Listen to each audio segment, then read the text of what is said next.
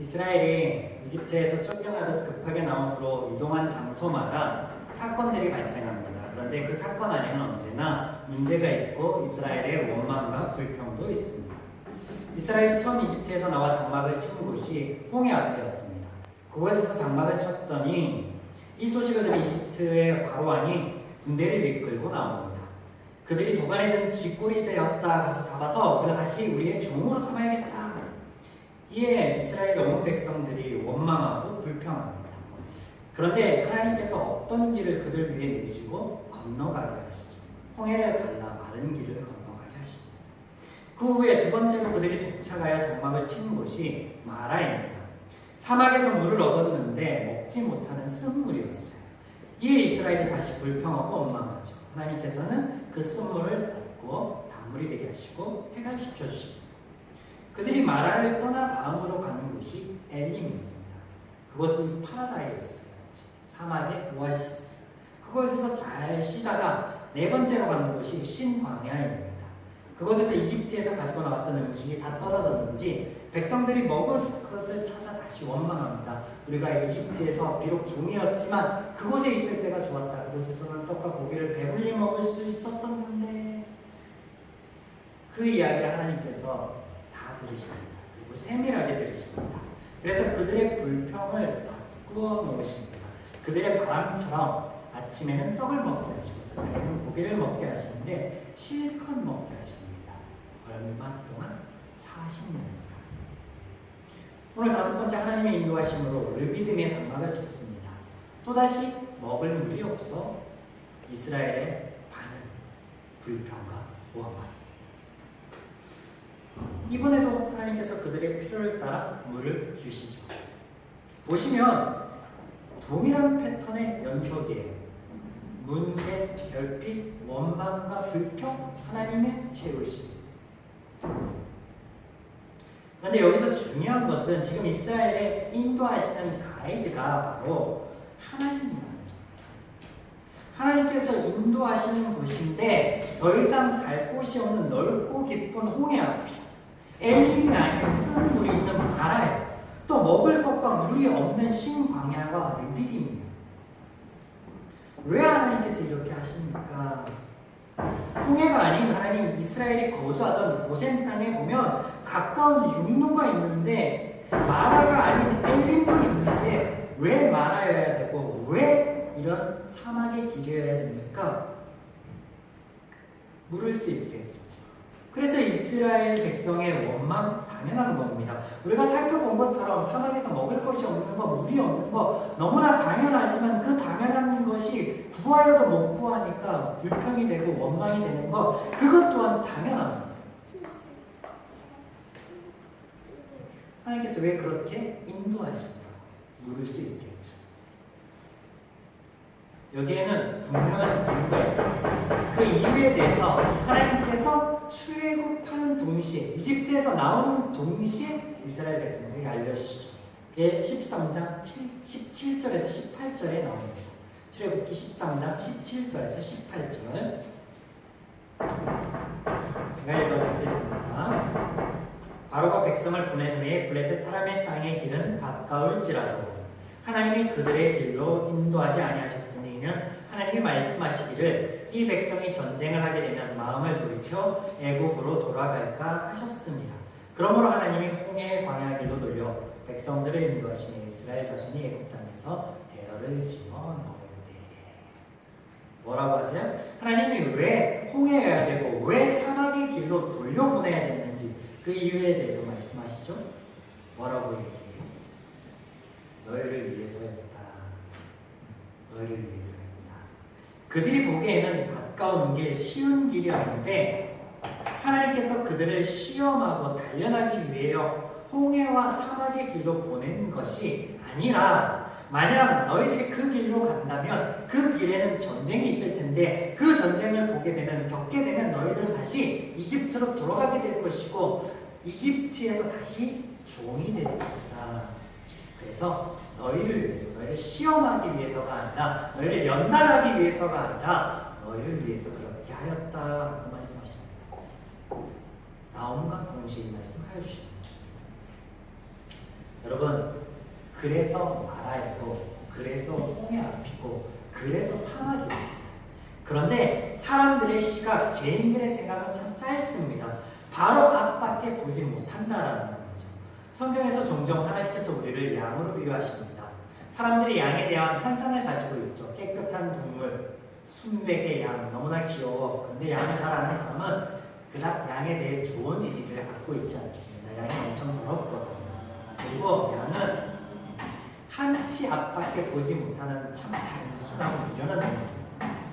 그래서 만약 양 100마리가 풀을 뜯어먹고 있는데 선두에 선 양이 목적없이 풀을 뜯고 나아가다가 걸어가다가 그 앞을 보지 못하고 떨어지면 뒤따라오던 양들은 그 앞 양의 뒤꿈치만 보고 있다가 99마리가 동시에 다 떨어집니다. 100마리가 다 떨어질 때까지 그 한치 앞보다 더 앞을 보는 양이 없습니다. 그래서 양에게는 꼭 길을 안내할 푸른 초장과 쉴 만한 곳, 마실 물이 있는 곳으로 안내할 목자가 꼭 필요합니다. 우리가 우리 삶 가운데 하나님 왜 이때 저에게 이렇게 해주시지 않았습니까? 굳이 시간이 흘러서 이렇게 해주실 이유가 무엇 때문이었습니까? 라고 반문할 때가 있습니다. 그렇지 않나요? 아이들의 특징 중에 하나인데 뭔가 새로운 장난감이 생기거나 새로운 뭔가 관심거리가 생기면 잘 때 혹은 생활할 때 늘 가까이에 듭니다. 아이니가 얼마 전부터 친구를 따라서 학기 도장을 다니기 시작했거든요. 제 첫째 아이가. 학기 도장에서 받은 띠, 도포 아무것도 아닌데 가방 되게 소중합니다. 침대까지 가져가서 그 땀 냄새 나는 거를 주는 거예요. 그래서 아빠가 보기에는 그걸 좀 빨지 못하더라도 남자 가져가야 되죠. 말렸으면 좀 냄새는 빠졌으면 해서 가져가면 난리를 칩니다. 왜 내 걸 가져가냐고. 아니 이거 가져가서 또 입어야 되는데 좀 말려주려고 해. 땀 냄새 안 내게 좀 해주려고 해. 근데 그것은 못 보고 불평하고 내 거 가져가니까 원망합니다. 한치 앞밖에 보지 못하는 이스라엘 백성들 하나님의 배려하심을 알 턱이 없죠. 그래서 하나님께서 그들을 잦은 원망과 불평에 징계를 하고 벌을 내리시는 것이 아니라 당신이 스스로를 증명해 보이시겠다라고 하시는 거예요. 그런 죄인의 마음, 연약함을 치료하시겠다라고 하시는 거예요. 그렇게밖에 하나님을 보지 못하는 안타까운 마음, 그 관계를 개선하시겠다라고 하시는 겁니다. 이 내용이 15장부터 16장을 걸쳐서 17장까지 지금 계속 이어지고 있습니다. 이스라엘 백성이 르비딤에 장막을 쳤습니다. 성경에서 그냥 르비딤이라고 하니까 성도님들의 이해가 떨어질 수밖에 없어요. 사실 르비딤은 지명이기도 하지만 광야를 가리키는 히브리 원어 단어입니다. 평야, 광야가 아니라 평야. 이스라엘이 처음과 두 번째, 네 번째 장막을 친 곳은 말 그대로 광야, 사막이었어요. 그런데 오늘 르비딤의 장막을 치게 된 것은 평야라는 거예요. 보다 나은 환경의 장막을 치게 되었다라는 거예요. 아무튼 그곳에서 이스라엘 백성들의 다시 불평하고 원망하죠. 이유는 물을 구할 수 없어서였어요. 아니 그 이전에는 사막이었으니까 물이 없었다 치고 지금은 평야지대에 왔으니 우리가 쉽게 물을 구할 수 있지 않았을까? 아마 그렇게 여겼을 겁니다. 그런데 웬걸 아무리 찾아도 세미고라를 찾을 수가 없어요. 평야지대에서. 그래서 그들이 불평하고 원망을 하는데 그 정도가 이전보다 조금 더 세집니다. 모세가 말하길 조금만 있으면 하나님 저들이 나를 향해서 돌을 던져 치게 생겼습니다. 나 돌에 맞아 죽게 생겼습니다. 라고 하는 거예요. 그게 본문 17절 4절에 나오죠. 모세가 여호와께 부르짖어 이르되 내가 이 백성에게 어떻게 하리이까? 그들이 조금 있으면 내게 돌을 던지겠나이다. 나 돌 맞아 죽게 생겼습니다. 그렇게 하는 거예요. 이스라엘 백성이 그곳에서 모세와 더불어 심하게 다투었고 심지어는 하나님께서 우리 중에 계신가라고 말하기에까지 이릅니다. 여러분 이스라엘의 이 말이 단순히 하나님을 테스트한다, 하나님을 시험한다라는 의미의 말이 아닙니다. 왜냐하면 그들이 지금 매일 하나님이 그들 중에 계시고 함께 계신 것을 눈으로 보고 경험하고 있기 때문에 그렇습니다. 낮에는 구름 기둥으로 함께 하시면서 그들의 더위를 막아주시는 하나님을 보게 되고, 또 밤에는 불기둥으로 추위를 견디게 하시는 하나님을 매일같이 봅니다. 그뿐입니까? 아침에는 만나를 공급하여 주시는 하나님, 저녁에는 메추라기를 주어서 고기를 맛보게 하는 하나님을 그들이 매일매일 봅니다. 그래서 이스라엘이 지금 이 말이 하나님의 존재하심을 얘기하는 것, 테스트한다라는 말이 아닌 하나님의 능력, 하나님의 일하심에 대한 부정이요 시험이다라는 겁니다. 사람들이 스스로 어찌할 수 없는 문제에 직면하면 때로는 이성을 잃어버리고 하지 말아야 될 말들을 합니다. 그래서 성도들 중에 바로 하나님을 원망하고 불평하는 것들을 들어보면요, 하나님의 살아계심에 대한 의심하지 않습니다. 하나님께서 살아계신 것, 하나님이 계신다라는 것을 의심하지 않는데, 하나님이 나를 위하여 일하고 계신다는 것, 하나님이 나를 사랑하신다라는 것에는 반문을 합니다. 하나님, 나 이렇게 힘든데 하나님께서 내 길을 인도하시고 함께하여 주시는 게 맞나요? 하나님께서 다윗의 고백처럼, 시편 23장의 고백처럼 푸른 초장 쉴만한 곳, 물이 있고 양식 있는 곳으로 인도하시는 것이 맞나요? 나 이렇게 힘들고 어려운데, 하나님 아직도 볼 수 없는 이 어려움이 계속 찾아오는데, 과연 하나님 그렇게 나와 함께 하신다고 하신 말씀이 맞는 거예요? 그런 것 같지 않아요. 하나님 지금도 살아 계시고 역사하신다라는 것이 그냥 성경에만 나와 있는 말 같은데요. 이스라엘의 이런 반응이, 하나님께서는 그들이 분명히 볼 수 있고 알 수 있는 방법을 택하심으로 다시 한번 하나님의 하나님됨을 증명하여 보여주시는데요. 그것이 호렙산의 암벽에서 물이 나오게 하십니다. 그리고 이 광경을 이스라엘 모든 사람, 수십만 수백만이 되는 그들이 다 볼 수 없으니 그들 가운데 영향력이 있고, 그리고 그들 가운데 어른이 이 장로들을 택하여서 볼 수 있게 하십니다. 성경에 번역된 바위가 단순히 돌이 아닙니다. 그냥 바위를 쳐서 물이 나오게 하는 것도 꽤 그럴싸한데, 그냥 바위가 아니라 그 암벽을 의미하는, 암벽 타게 하는 그 돌산 같은 그런 의미를 의미합니다. 그래서 평지가 아닌 호렙산의 암벽을 가서 짚하여 쳤더니 돌이 나오는 거예요. 이거를 장로들이 보게 하는 거예요. 여러분, 만약에 하나님이 평지 중에 한 곳을 지정하여서 물이 나오게 하셨다면 이스라엘이 그랬을 거예요. 여기 초목지니까 우연히 우리가 찾지 못했던 것이 발견되었다. 물의 근원이 생긴다. 그랬을 거예요. 하나님께서 하신 게 아니라고 했을 거예요. 그런데 암벽에서, 저구가 아니라 암벽에서 물이 쏟아져 나옵니다.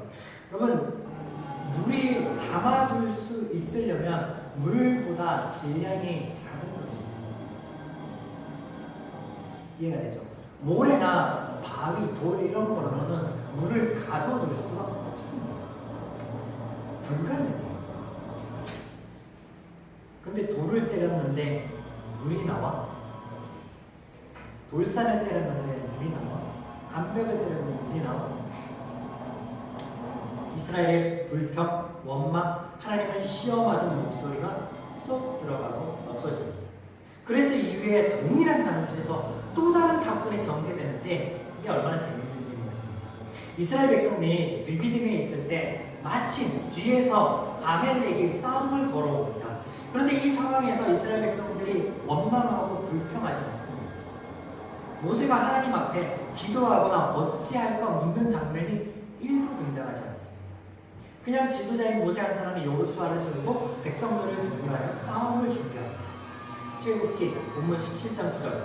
모세가 여호수아에게 이르되 우리를 위하여 사람을 택하여 나가서 아말렉과 싸우라. 내일 내가 하나님의 지팡이를 손에 잡고 산 꼭대기에 서리라. 사실 모세가 하나님과 이스라엘 백성 사이에 다리 역할을 하고 있지만 그도 그들 이스라엘 백성들과 별반 다르지 않습니다. 오히려 성경에는 모든 사람이 죄인으로 같다라고 말씀하고 계시죠. 이상합니다. 이상해요. 지금껏 모든 사건들이 터질 때마다 마치 공식처럼 반복되던 이스라엘과 모세의 부르짖음, 원망과 불평이 등장하지 않습니다. 왜? 이유가 뭘까요? 아멜렉이 이집트에 비하면 수도 적고 해볼 만한 상대였기 때문에 이스라엘 백성들이 전부가 깡본 걸까요? 본문 6절로 말씀 보시겠습니다. 레위딤에서 불평하고 원망하는 그들 위해서 기도하고 하나님께 다시 부르짖는 모세에게 하나님 이렇게 말씀하시죠. 내가 호렙산에 있는 그 암벽 위에 거기서 내 앞에 서리니. 뭐라고 말씀하세요? 모세와 이스라엘 앞서 서 계실 것이다 라고 말씀하십니다. 여기서 서다라는 단어가 이 원어인 히브리어로 아마데인데 영어의 단순한 스탠드가 아닙니다. 꽤 많은 의미를 가지고 있는 동사인데 서다라는 의미를 넘어서 이런 뜻을 가지고 있습니다. 관계 안에서 이거는 그 조건이에요. 관계 안에서 그 관계를 지속하다, 확립하다, 일어나다, 나타나다, 고치다, 견디다, 종이 되다 이런 의미를 포함하는 거예요. 하나님께서 약속하여 주시기를 모세야 너를 위해서 이스라엘의 너를 위해서 내가 이 관계를 위해서 이 관계를 지속하고 확립하기 위해서 이것을 고치기 위해서 이것을 개선하기 위해서 내가 능히 너희들의 시험을 받겠다 너희들의 종이 되겠다까지 하여 주십니다. 그렇게 암벽에 물이 나오게 하셨습니다. 그래서 이 일이 있은 직후에 일어나는 싸움에 모세가 하나님의 말씀을 기억하고 하나님께서 잡으라고 하신 바위를 쳐서 물이 나오게 하시고 홍해를 비춰서 가르게 하시고 또 하나님께서 들고 가라 이적 행해라고 하신 그 지팡이만 가지고 그래 하나님은 시험해보자. 이스라엘 백성들이 나갑니다. 그런데 참 이상하죠. 하나님께서 약속하여 주신 것도 없고 이렇다 저렇다 하신 말씀이 전혀 없는데 단순히 모세가 그 지팡이를 들고 선 것만 가지고 들고 서 있을 때는 우위를 점하다가 그 지팡이를 내려놓으면 밀리기 시작합니다. 이걸 장로들이 보는 거예요. 이것을 아론과 훌이 보는 거예요. 이것을 백성들이 보는 거예요. 이것을 싸움하는 이들이 보는 거예요. 그리고 종국에는 첫 전투에서 대승을 거두게 되죠.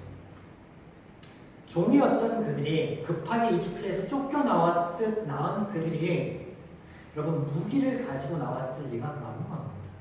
군사적인 훈련이나 방비가 돼 있을 리가 만무합니다. 그러면 아말렉이 앞서 이야기한 것처럼 그저 그런 민족이었느냐 핫바지였느냐 아니에요. 에서의 후손들이에요. 엄청 호전적이고 싸움을 좋아하는 민족이에요.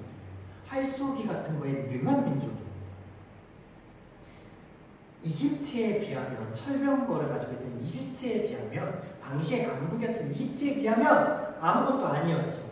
근데 이스라엘과 비교하면 이스라엘은 아무것도 아니죠.